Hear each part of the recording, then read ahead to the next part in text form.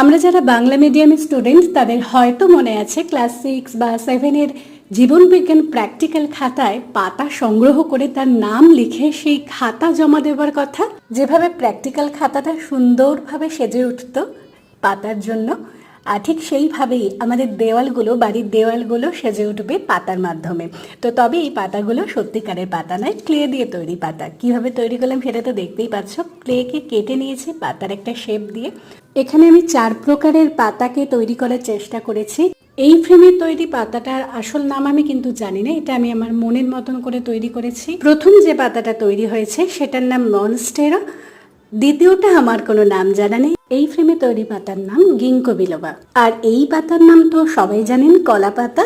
আমার হাতে তৈরি করা এই 4টি ফ্রেমের কোন পাতাটা আপনাদের সবচেয়ে ভালো লেগেছে কমেন্ট করে জানাতে ভুলবেন না। আর আমার চ্যানেলটিকে সাবস্ক্রাইব করে পাশে থাকুন আরো নতুন ভিডিও দেখার জন্য।